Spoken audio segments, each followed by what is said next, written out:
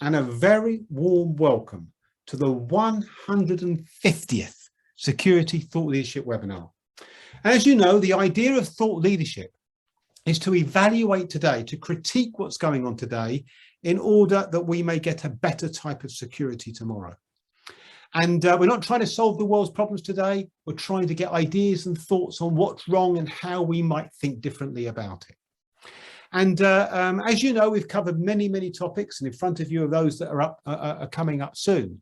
But today we tackle an issue on this 150th Thought Leadership webinar that I think is really central to one of the areas that the security world needs to take on. And the topic is about diversity. And when we speak about diversity, traditionally the focus has been, including on these webinars to be fair, the issue of race and the issue of gender. And important though they are, diversity encompasses a much broader range of issues and a much broader range of challenges too.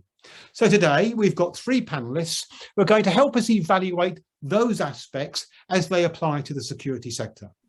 As is normal, in a minute, I'm going to ask each of the panelists to introduce themselves, and when they've spoken, I will invite each of them to make an opening statement, 3 minutes, when they get to say whatever they want to say about the subject matter. And once they've done that, we'll come to you and invite you to ask questions. So please, can I encourage you to use the question and answer button at the bottom of your screen and get your questions in early, and I will endeavour to incorporate them in the ensuing discussion. So without further ado then, let's go and meet our panelists. And first of all, let me go to Jane. Jane, can you introduce yourself, please? Good afternoon. Good afternoon, everybody. My name is Jane Farrell. I am Head of Security for Sodexo in the UK and Ireland. And I'm also the Training and Diversity Director for the International Professional Security Association. Jane, thank you very much indeed, Jane, and very warm welcome. Secondly, let's move it to me, Aravika. Aravika, please introduce yourself. Hi everyone, I'm Aravika and I'm a Director of Equality, Diversity and Inclusion for ACES International UK chapter, and I'm also Head of Marketing and Communications at STM Group. Thank you very much indeed, Aravika, and you're very welcome. And our final panelist is Oliver. Oliver, please introduce yourself.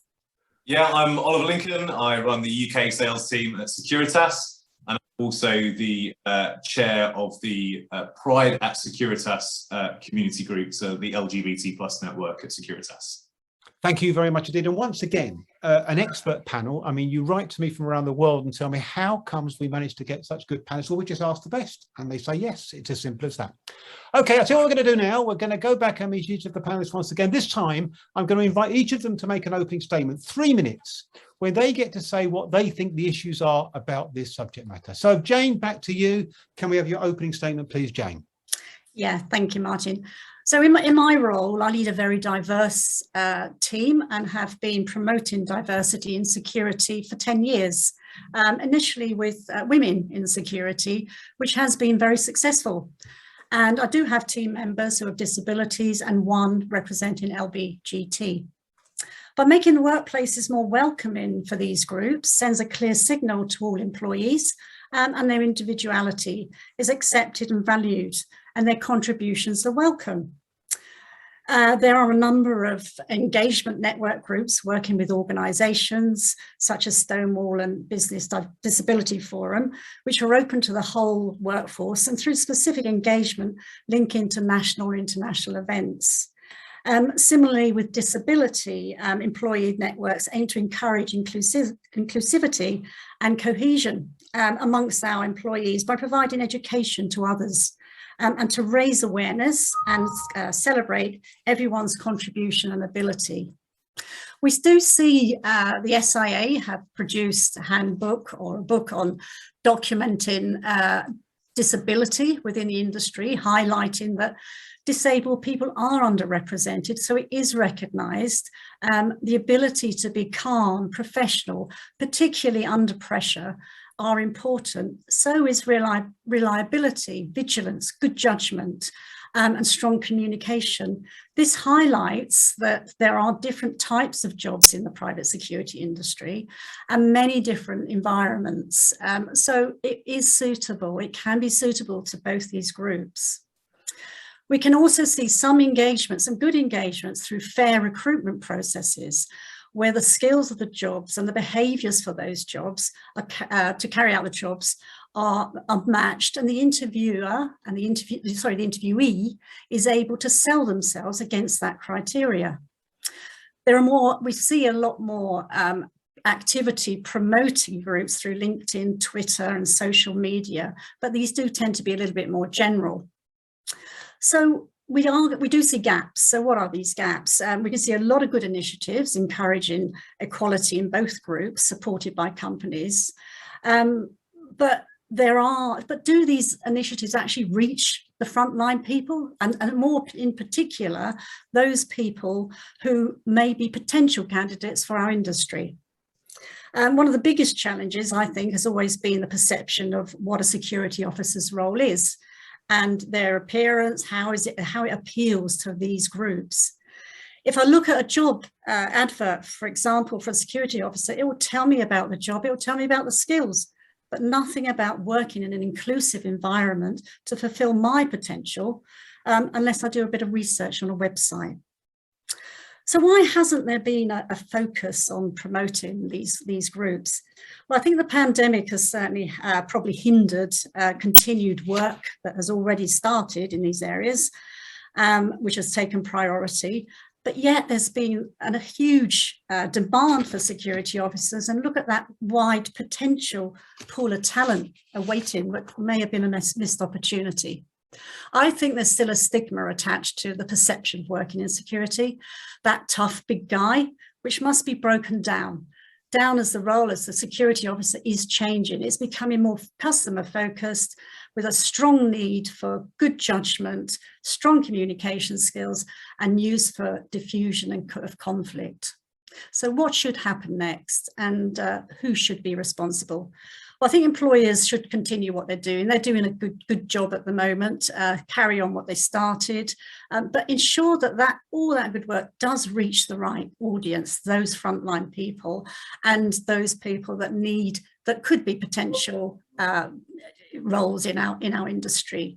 But use better communication. What about video clips, for example? What about better social media and the apps? There could be further improvements in the recruitment process, about referencing an inclusive environment to fulfill potentials, but also what about challenging during that interview, challenging the bias that can continue. And finally, as a group of security professionals, we should take some ownership to promote these underrepresented groups through media channels and profiling those success stories, because there are some out there about individuals who have been successful, have had good security careers, and fall into these two groups. Thank you, Martin.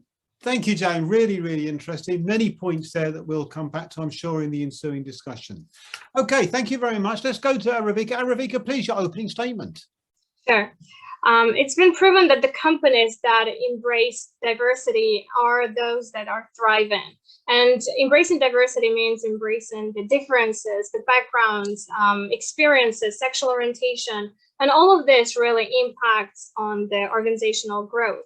However, in the security industry, to say that diversity of sexual orientation or people with disabilities have been always welcome would be an understatement. The security industry has been for a long time, with an exception of one or two, been predominantly dominated by ex-military and ex-police. It's been really perceived as a male-dominated industry where, in order to progress, one would need to have the traditionally masculine skill sets and attributes. And if we talk about the statistics, although there aren't any numbers for the security industry specifically, we know that in the UK, there are over 11 million of people living with some forms of disabilities, and 70% of those are hidden disabilities. And it's a large number. However, there is no doubt that the disability hasn't been much in a public space, and it's still pretty much considered as a sensitive topic and quite hidden from the society. Only rarely do we see people with disabilities from public view and seeing them in visible positions of employment or in positions of power within society or in TV. In terms of LGBTQ, the statistics show that over a third of staff have hidden from their employer that they are LGBTQ for fear of discrimination.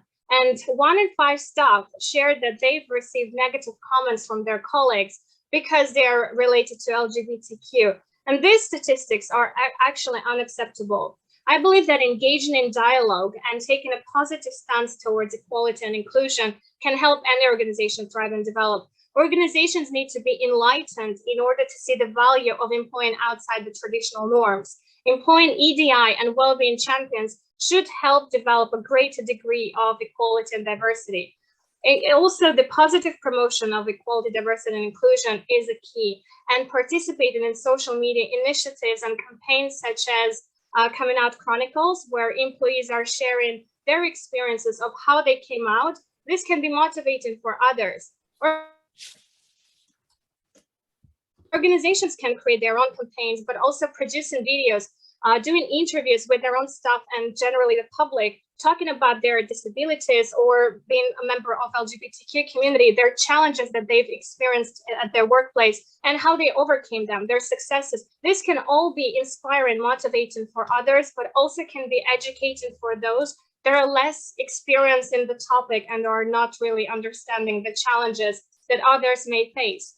I think the training is important as well. And if companies are not already providing EDI and disability awareness training for staff, this is a key, because this will allow, again, to create the conversation, to eliminate any bias, and to help staff understand how to deal with people that might come from diverse backgrounds, but also at the recruitment processes, as Jane stated, they need to really ensure that the process is fair and they're not judging the person for who they think they might be, but for who they actually are.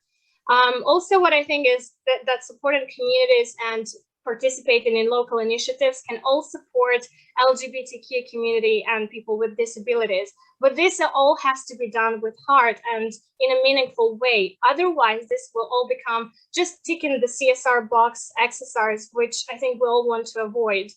And really, I think these are just a couple of points I've mentioned, but it's all about us working together in the security industry. So taking a step every day, learning something new about these sensitive and important topics, and really working together. This way, we will be able to shape the security industry and really make an impact on the way the diversity looks within our sector.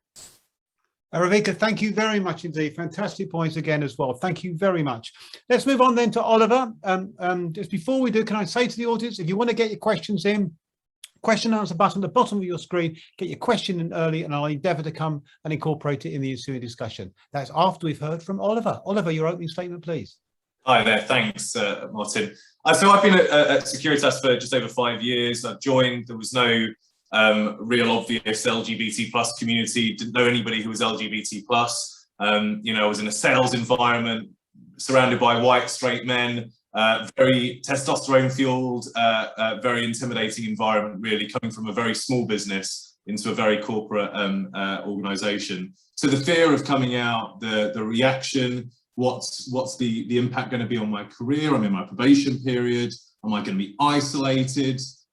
Was really quite stressful when I first joined, and you know, winding forward, it ended up being a you know, really accepting culture, but it was a period of time that didn't really just allow me just to get on and focus on my job.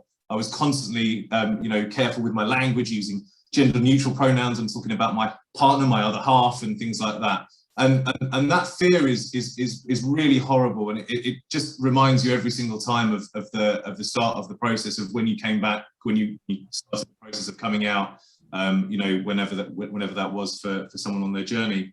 I never really stood up or stood out or spoke out for the community or anything like that in my life, and I suddenly realized that I needed to do something, because I don't want anybody else to experience that. The security industry is a wonderful place to be. It's you know, there's a plethora of things that you can do. There are some wonderful people here, but we need to demonstrate that this is open and accepting and LGBT plus, and anybody can be here. And we need to attract a more diverse group of people into the security industry. And we set out in the Pride at Securitas community group to attract more people and you know, and be more attractive as an employer. We wanted to make sure we had a safe space for people, make sure that we had LGBT plus mental health first aiders dedicated so that they could discuss LGBT plus issues with other people, discuss coming out, discuss whatever that might be. And ultimately, we want to make sure that LGBT plus employees feel valued and they feel safe. No one should ever go to a workplace and be scared about themselves or feel like they have to hide anything about themselves. And ultimately, that was the real aim of what we wanted to do. And I just want to make sure that wherever we are within the security industry, everyone can be their true self. That is when they bring their very best version of themselves to that. The other important piece, of course, as Aravika has just mentioned as well, is the education piece. How do we educate others, not just in understanding people's stories, people's backgrounds, but also in enabling them to understanding how to use better language, you know, rather than assuming certain things, assuming, you know, have you got a wife? Have you got you know, a boyfriend, girlfriend, whatever that might be. Really just making sure people feel included. And that's all anybody wants to feel in the world is to feel the same as other people and to be part of the same thing as everybody else. We were fortunate that we had, you know, top-down senior management sponsorship of the group from our country president, which made a huge difference in getting that culture right. And then we had a Pride event. We tried to censor an event around promoting inclusivity for LGBT plus employees, educate, inspire, as Aravika has just mentioned as well. Inspirational stories go a long way, and as well, if you can have a little bit of fun at the same time, that also helps. And then some visible cues as well. I've got this lanyard on because this was something that we were really passionate about as a group, to make sure that people who are out and about can see that they can wear this, and they can wear this with an absolute sense of pride, whether they are LGBT plus or whether they want to be an ally, or whether they just want to simply show support for what we're doing. So some visual cues, you know, just for anybody in our business has been invaluable. Wow, Oliver, there's a case study all on its own. Fantastic. Very interesting. Thank you very much indeed. Okay, listen, we've got some questions listed. I've got some in advance as well. So let's get to it, because lots of issues there. Let me come to you first, Jane, with a question from Michael Gibbs, who's a former panelist.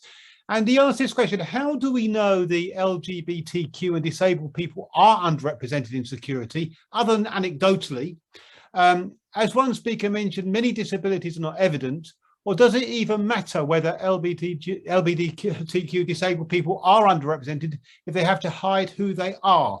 I mean, do we know very much about the numbers, Jane? And there's an undercurrent, as you've all said in different ways, of not speaking up. Have we got any evidence about the scale of the problem? Jane first. Maybe more so with disability. I think certainly with visible disability, that you can probably see more in the numbers there, but we have to remember there's invisible disability as well, and they do tend to sort of hide, I guess, and the numbers are probably more difficult to define for LBGT. However, I think, you know, for somewhere, you know, where I work, we do have the good network groups which have membership numbers.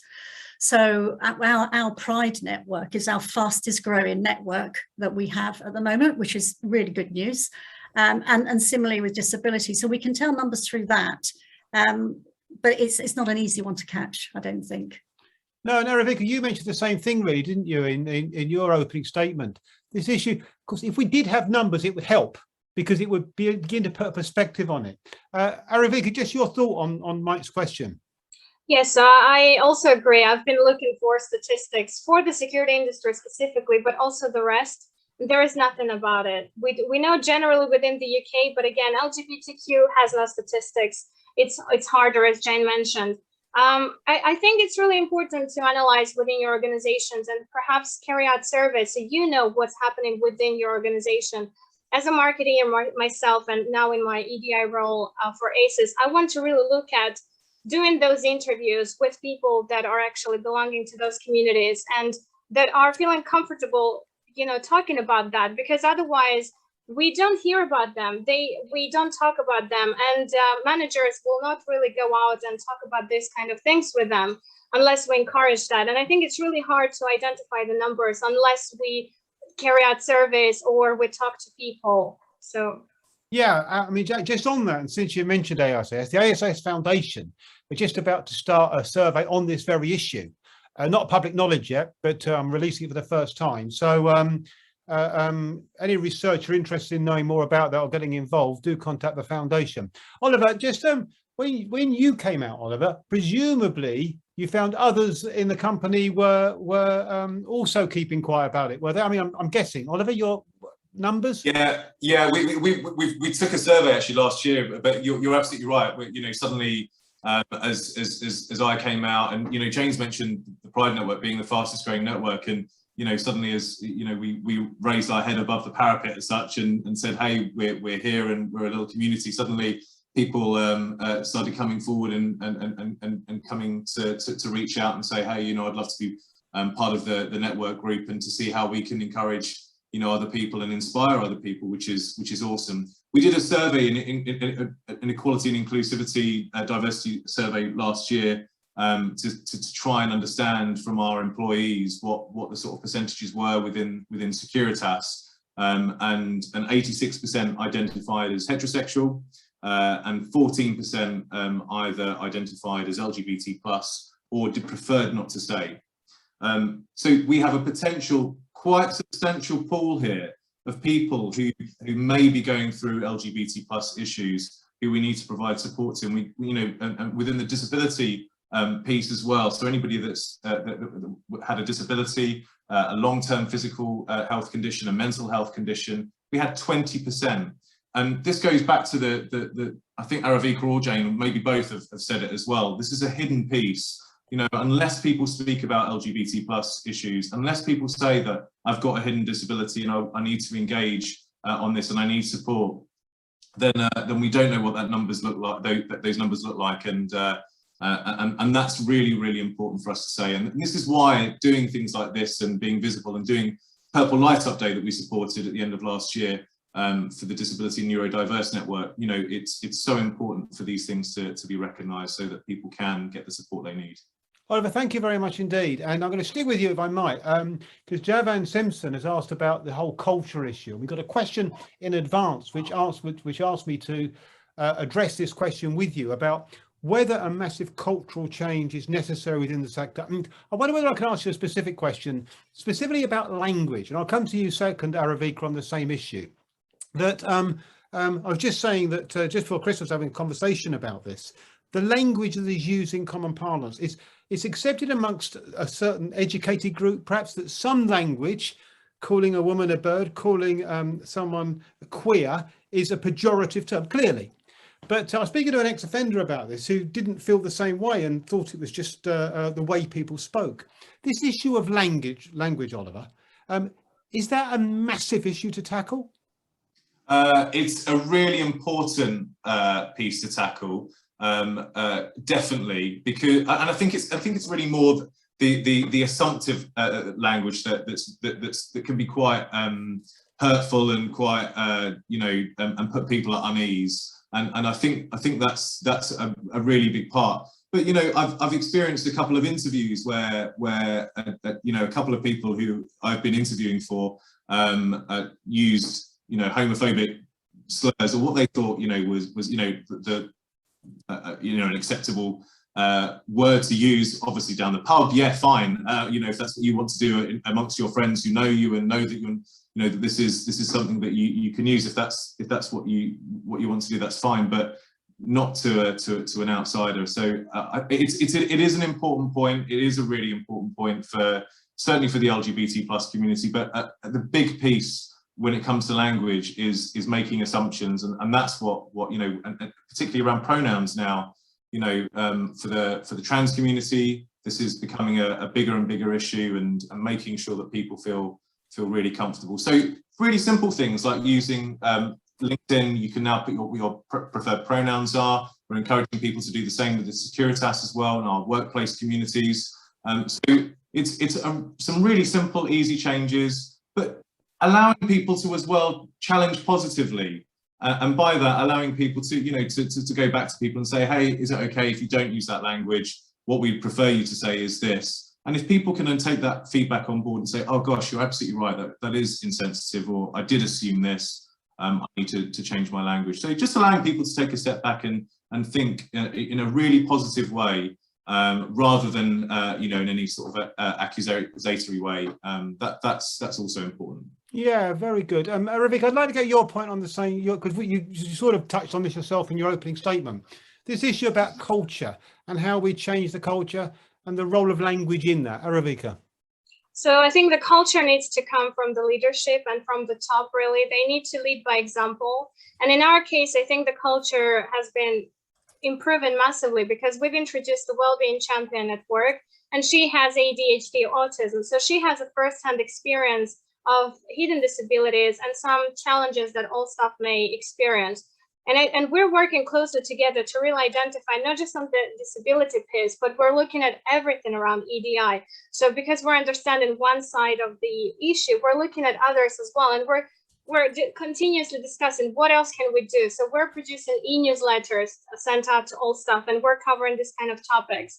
And in terms of the language, so she has a neurodiversity, and she's been talking to me because she likes when people are straight to her. Sometimes she may not understand general you know, requests, and she needs specific guidance for certain tasks just because the way she's understanding things. And this is one thing that, again, about the language, is being open about things and trying to understand others. So again, as Oliver said, talking about this in a positive way, and I think it comes to an education piece again, having a disability awareness and equality, diversity, and inclusion training all talk about these things, and we need to really make our staff feel aware about the language that they use, because I think the security industry can be quite difficult at times, and I've seen a lot of you know, inappropriate language being used on the front line.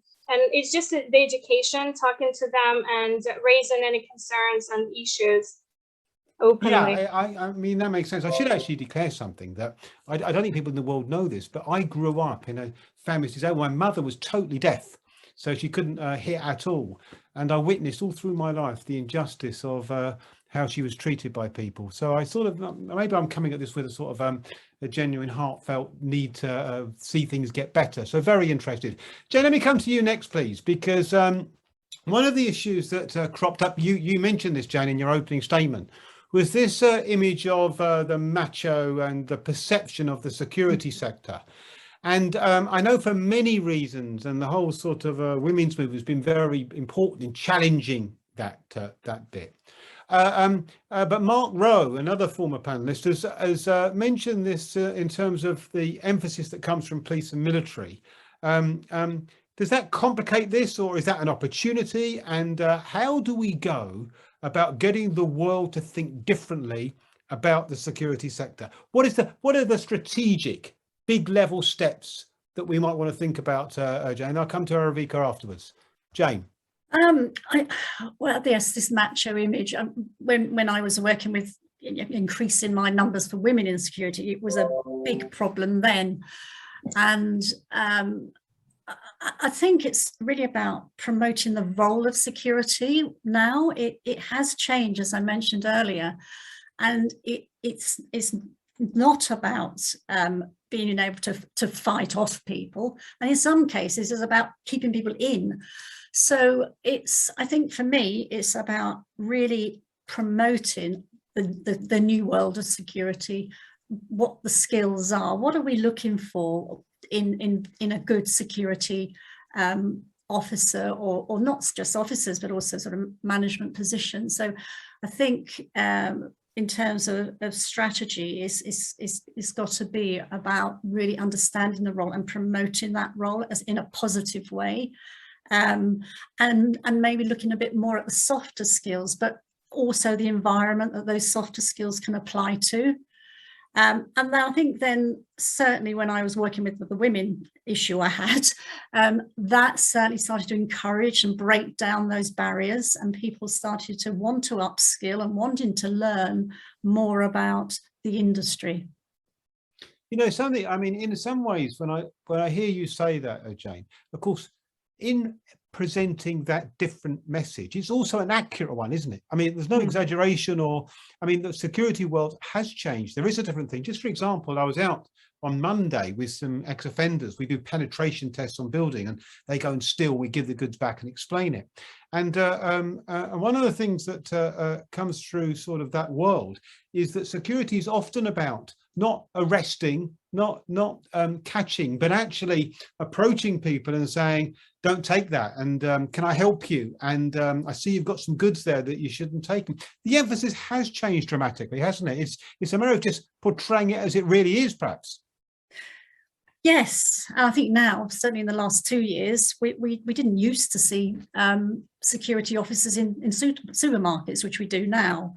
And that's just another example of how we're seeing change. And it doesn't necessarily have to have that, you know, the big guy image, because you know, you don't have to be like that to be in our industry.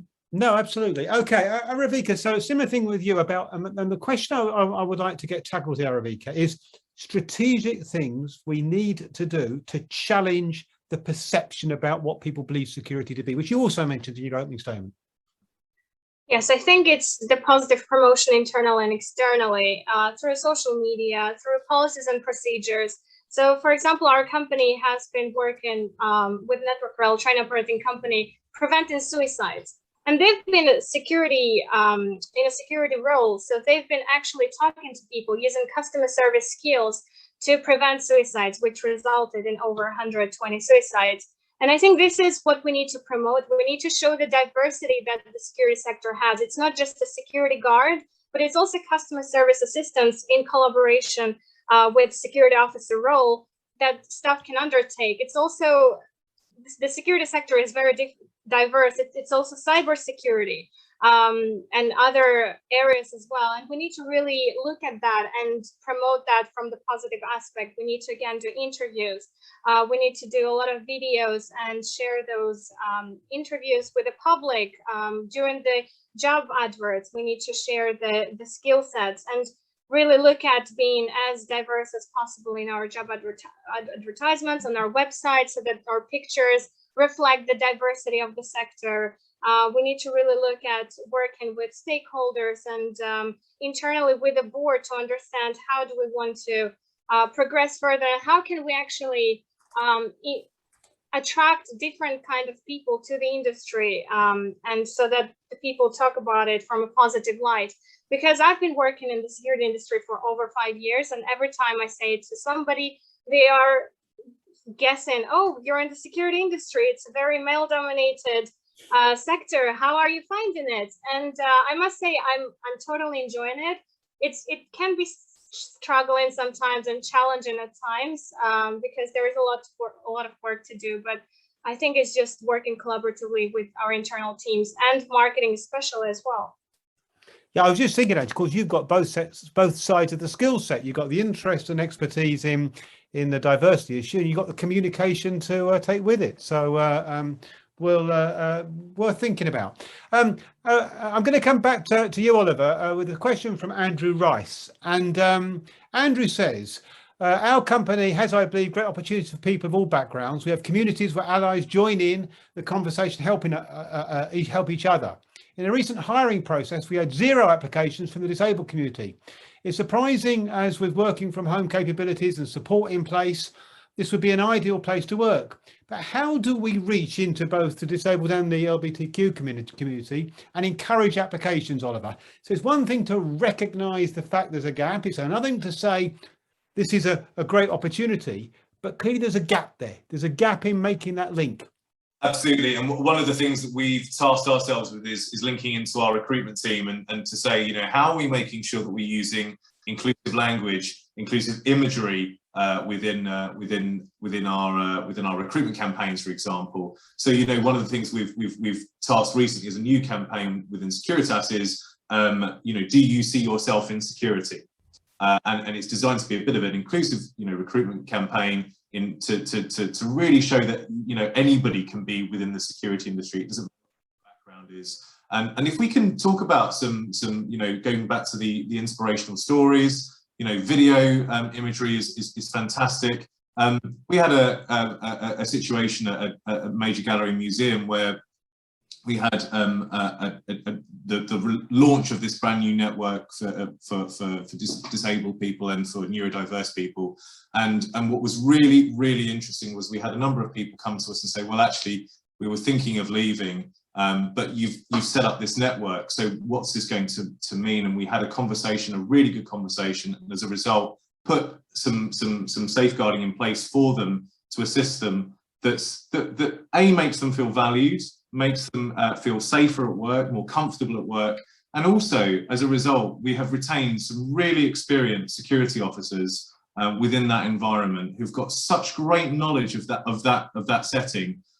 This is really invaluable. So if we don't do this, if we don't engage, the risk isn't just that we don't attract people in, but that we lose really good people as well. So it has to be twofold, and engagement is the absolute key. Yeah, thank you very much indeed. Really interesting. I'm going to move on because I want to get Glenn Kittering's question in, and I'll come to you, Jane, on this. And Glenn Kittering was a former panelist, and he asked this question, and it's more of a warning, he says, than a question. And I'll begin addressing your thought on this, Jane. Given the law of unintended consequences, do you really want your employer gathering all sorts of personal information about you, regardless of orientation, gender, disability, etc.? We've got to be very careful about this. Is there a danger that in going down this route that we're courting a negative reaction? I mean, is there a danger these things can be done badly? Jane? I think I agree. You do need to be very careful about any data that you are gathering, and in terms of it being a negative reaction, potentially, yes, I think it could be. There's a lot of good, as we've all already mentioned, all of us have mentioned, in having the information, educating our employees, etc. But we've got the other element of GDPR about, you know, gathering our data and what information we keep about people. And I do feel that, yes, that information is very useful for us to have, but I do agree that we do need to take some sort of care as to how we gather that and how we use it as well. Yeah, I mean, Aravika, I guess there's and I'll come to you in a minute as well, Oliver, just for a very quick comment from each of you, if you might. Aravika first. I mean, your thoughts on this about how we use data. Is there a danger this could go wrong? Is there any examples of it going wrong? Is this something that is a serious make sure you watch issue? I think in terms of how we use the data, it's really important that we don't just gather for the sake of gathering it, for ticking the box. This is the most important thing to cover. But as long as you carry out a survey and you have the data, it's really important that the leadership team, again, the board directors, are actually reviewing the data piece by piece, analyzing it, and putting a strategic plan as to how we can improve this data and what we can do with it, and are actually taking actions and steps to improve the statistics. So I think that's what is important to do, and it's really just not to do the surveys just for the sake of doing them. Yeah, okay, thank you very much. And Oliver, just you on this, if I might as well. This issue about data, I can see what Glenn means about a potential danger there. Yeah, and I think this is why everything has to be really well thought through before just jumping into anything. And you know, if we're doing a survey, we have to engage with people, and we have to make sure that we're really thinking about any potential pitfalls that we might fall into first. And then when we do look for data anonymously and things like that, so we can share information, as Aravika has just said, it's how do we gather that information, and how does the senior leadership team do something with that data and share what we're going to do as a result of that information capture, so that actually that information feels meaningful and that action then does get taken before the next one. And sharing that information and allowing people, and this goes back to the engagement point all over again, you know, engaging. Every time we do that, we allow people to know why we're doing something and what the purpose of that is for. So if we can see that, and people can see that as a result of capturing that data, it's benefiting people, then you know, hopefully you avoid those pitfalls. Yeah, absolutely. Okay, thank you very much. Right, I've got a question for each of you. I'm going to ask you to be brief, just 30 seconds if you wouldn't mind. Jane first. I want to stand back from all this for a minute, Jane. Strategically, what big level issue, what big level change would you like to see happen in order to make these issues much more prominent and accepted and positive within the security sector? What's the one big change? If you could just make one each, what would you go for? What would you want to see change? Jane first, please. I think having the industry backing us with more description and how we can redefine the security officer, what their role is, and how successful a career in security can be for all diversity groups. Well, very good. Aravika, what change would you like to see? So I will say one, which I think will cover all the changes. So I think every company needs to employ or nominate a well-being and equality, diversity and inclusion champion, which will look at all of these areas. And this person has to have a passion for these issues, really work internally with the rest of the employees and colleagues, perhaps have a working group that will come together on a quarterly, on a monthly basis, and to really put procedures and processes in place on a monthly basis to really work together with the rest of the industry to improve the statistics. Thank you very much indeed. And finally, Oliver, what change would you most like to see? I'm going to go on a similar vein to Aravika there. Really, it's action. You know, I would love to see the industry not just seek a rubber stamp that says, you know, we've signed up to being linked with Stonewall or something like that, but actually, you know, really making things happen. You know, and you know, having a diversity champion for specific groups, whatever that might look like. Is really, really important. It's action that people want to see on the ground, not just you know, statements. Thank you very much indeed. You know, and if I'm asked what single thing should be done in order to change things for the better, I'm going to say listen to you three. That was absolutely fascinating. Thank you so much indeed for your input. There's so much going on in this area, clearly, and an issue I'm sure we'll revisit at some future point. Thank you very much indeed to all three of you for a very, very engaging conversation. And don't forget, a copy of this webinar will be on our website forever to be reviewed, and a copy of a blog based on what the three panelists said will also appear. So look out for that. Right, just a few final comments from me, very, very briefly, if I might. Just to say the Outstanding Security Awards in New Zealand, the closing date is the 14th of January. You've still got a little bit of time. Not much, I say. Get those entries in if you're in New Zealand. The Tucker Economic Crime Awards open on the 28th of March. The Cyber Oscars open on the 11th of April. So look out for those. Crucially, the first Oscars of 2022 is the UK Oscars. Thursday, the 24th of February, we have a Thought Leadership Summit in the afternoon, and we have the Oscars Awards ceremony in the evening. So if you'd like to come along, do make sure that you register. You've got to let us know. So do register, and quickly, because there's limited spaces. And we're going through it all again every week from now on. And next week, the webinar is about making the protection of the public a legal obligation, a good idea or tried and failed before. And this is based on an interesting initiative actually in the UK, where the government have just published a consultation about making it a legal obligation for places to protect the public, to show that their security is good in places where the public gather. So getting a bit of a law behind it. So we'll be debating that. It's got broad implications for the security sector around the world next Thursday at the same time. So once again, thank you very much indeed to my panelists. Thank you very much indeed to Christine Brooks and Sarah Gray in the background. And thank you very much indeed, you, the audience, for your questions. And so I hope to see you again soon, hopefully next Thursday. But until we meet again, wherever you are in the world, stay safe.